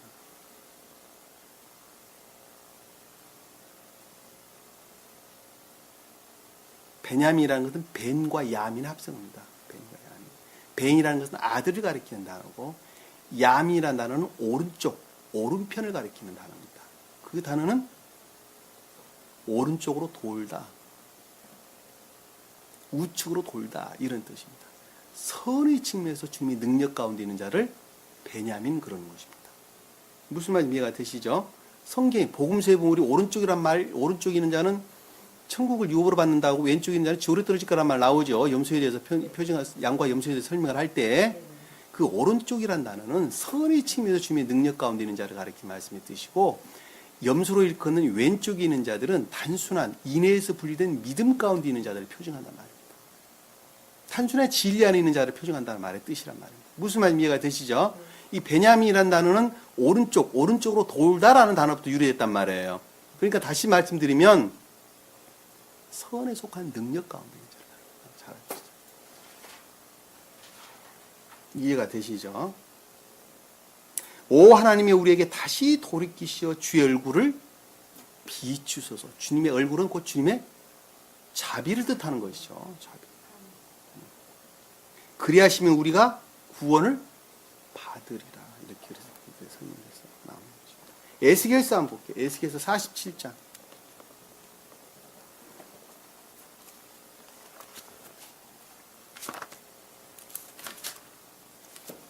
에스겔서 47장 13절 한번 볼게요. 주 하나님이 이같이 만하로라. 이것이 경계가 되리니. 자, 여기는 지금 12지파에 대한 설명이죠. 너희는 그 경계대로 이스라엘의 12지파에 따라 이 땅을 유업으로 받을 것이고, 요셉은 두 몫을 가지리라.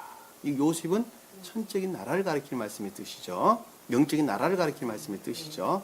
여기서 보면 주 하나님이 이같이 말한다라는 말씀의 뜻은 신령 진리로서 주님이 지금 설명하고 있다는 말씀의 뜻이죠.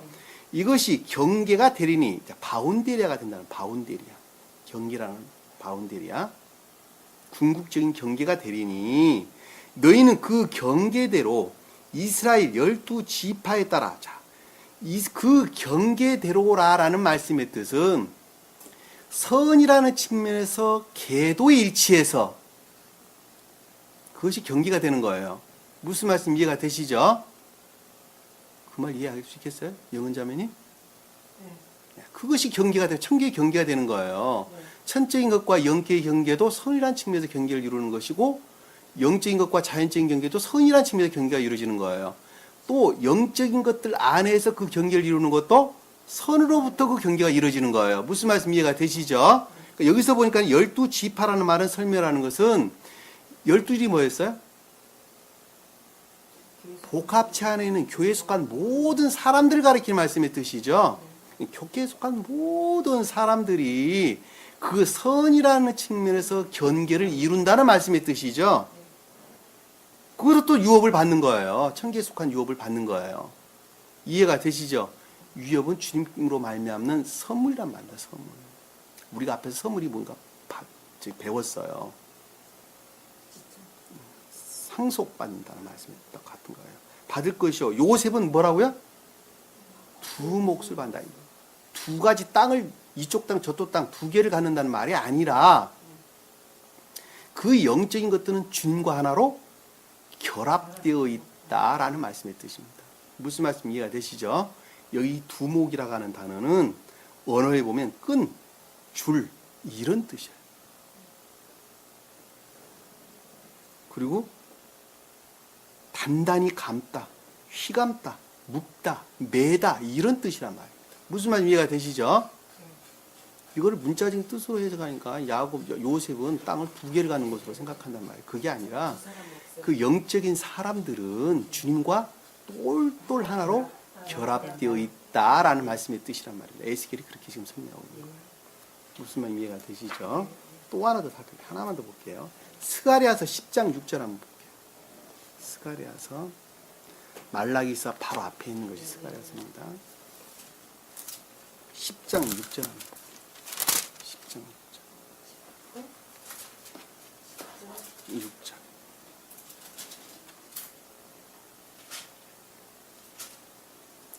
내가 유다 집을 강성하게 하고자. 유다 집을 강성하겠다는 것은 천적인 나라의 측면에서 요셉의 집을 구원하며 영적인 나라의 측면에서 설명하고 있는 것이죠. 그들을 정착시키고자 다시 데려오리니, 이 다시 데려온다는 것은 정착시키고 다시 데려온다는 방향을 돌린다, 돌이키다 이런 뜻입니다. 무엇으로부터? 악과 거짓으로부터 방향을 돌이킨다는 말씀의 뜻이에요. 이는 내가 그들에게 뭘 한다고요? 자비를, 사랑을 베풀기 때문이라는 것이죠. 사랑으로부터 그렇게 된다는 거예요. 주님의 사랑으로부터. 이해가 되시죠? 자비를 베풀기 때문이다. 주님의 사랑으로부터 그렇게 된다는 말이에요. 그래야 그들은 내가 버리지 아니하였던 것처럼 될 것이니, 이 버린다는 것은 뭐예요? 타락, 썩다, 고약한 냄새가 나다, 쾌쾌하다 이런 뜻으로부터 나온다는 겁니다. 그러니까 악 가운데 버려두지 않는다는 말씀의 뜻이죠.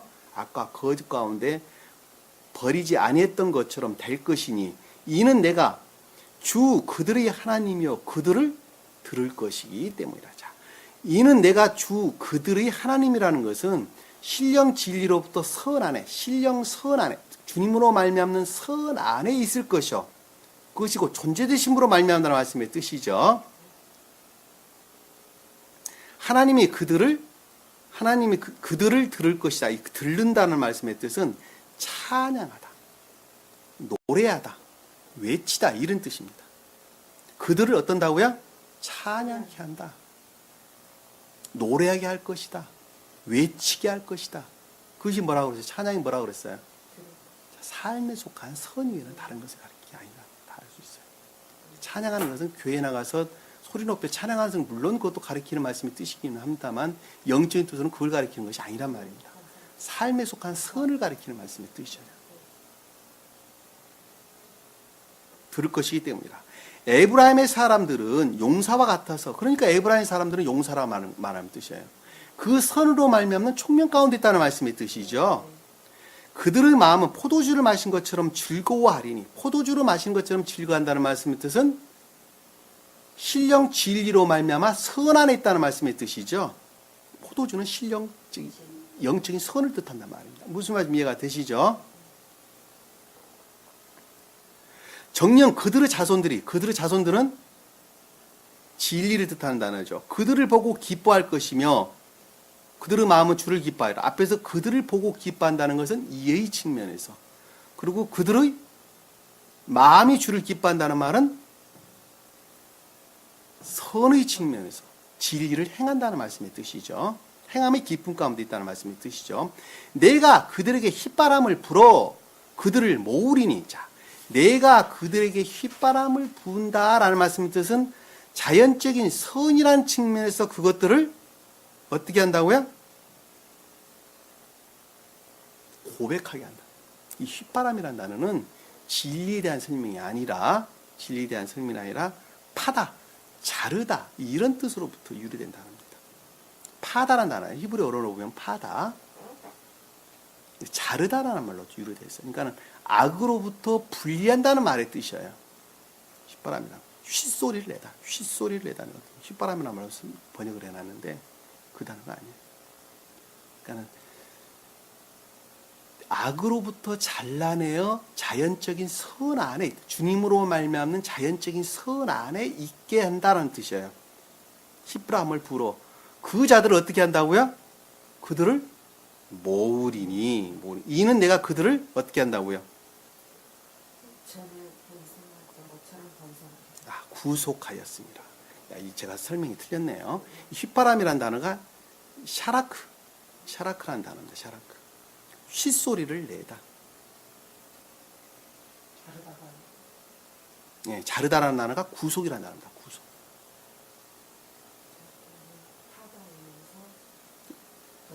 자, 휘파람이라는 단어는 샤라크라는 단어. 샤라크라는 단어도 쉿소리를 내다.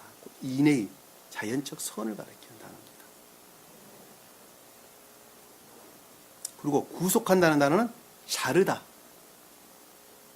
석방하다 이런 뜻입니다. 그러니까는 악으로부터의 분리가 곧 구속이에요. 악으로부터의 분리가 곧 구속인데 그것이 곧 휘바람이에요. 그것이 곧 인의 선을 가리키는 단어라. 이해가 되시죠? 또 그들이 전에 번성했던 것처럼 번성하리라. 곧 다산을 뜻한다는 거예요. 사라져. 이해가 되시죠? 선의 다산과 진리의 번성을 뜻한다는 걸 잘 알고 있습니다. 자, 본문으로 돌아가서 요셉은 천적인 것들, 영적인 것들, 또 영적인 사람들, 또 영적인 나라를 표현한다. 그 어떤 다른 말로 선과 진리의 다산을 뜻한다. 선의 다산과 진리의 번성을 뜻한다는 것도 우리가 잘 알 수가 있습니다. 자, 마지막에 보니까 24절에 또 다른 아들을 더해 주실 것이다 라는 그것들이 계속적인 증대로부터 보다 내적인 영적인 상태에 이른다는 말씀의 뜻이죠. 그것을 35장에 설명돼서 나오는 베냐민을 우리에게 주신 것을 뜻하는 내용입니다.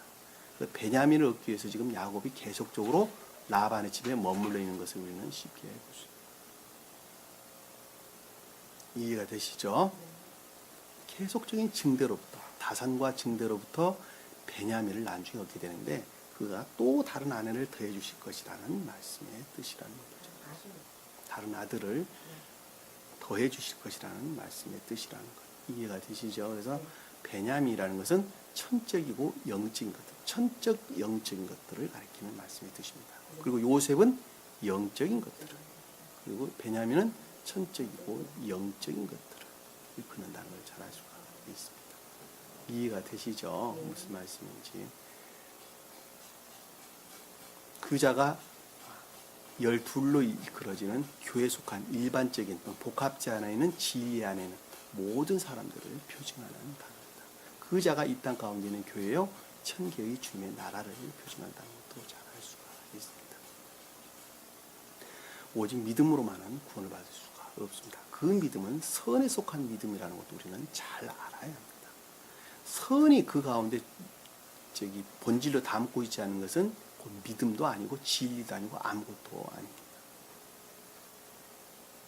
오늘 주신 말씀 마음속에 깊이 간직하시고 한 주간도 승리하는 저와 여러분 되기를 간절히 축원합니다. 기도합니다. 사랑의 주님, 오늘도 주님께서 귀한 말씀 주신 것 감사드립니다. 우리 한 사람, 어느 누구 한 사람 낙오되지 아니하도록 늘 주님께서 자비를 베푸사 궁극적으로 주님께서 원하시는 궁극적인 천국적인 삶을 살 수 있도록 천계의 삶을 살 수 있도록 이 땅 가운데 온전한 교회를 이룰 수 있는 주의 종들이 될 수 있도록 주님께서 함께해 주옵소서. 남은 시간도 주께서 함께해 주심이 있사오며 예수님 이름으로 기도드립니다. 아멘. 주 기도합니다. 하늘에 계신 우리 아버지 이름이 거룩히 여김을 받으시오며 나라의 마옵시며 뜻이 하늘에서 이룬 것 같이 땅에서 이루어지리라. 오늘날 우리에게 일용할 양식을 주옵시고 우리가 우리에게 죄 지은 자를 사하여 준 것 같이 우리 죄를 사하여 주옵시고 우리를 시험에 들지 않으시고 다만 악에서 구하옵소서. 나라와 권세와 영광이 아버지께 영원히 쌓옵나이다. 아멘.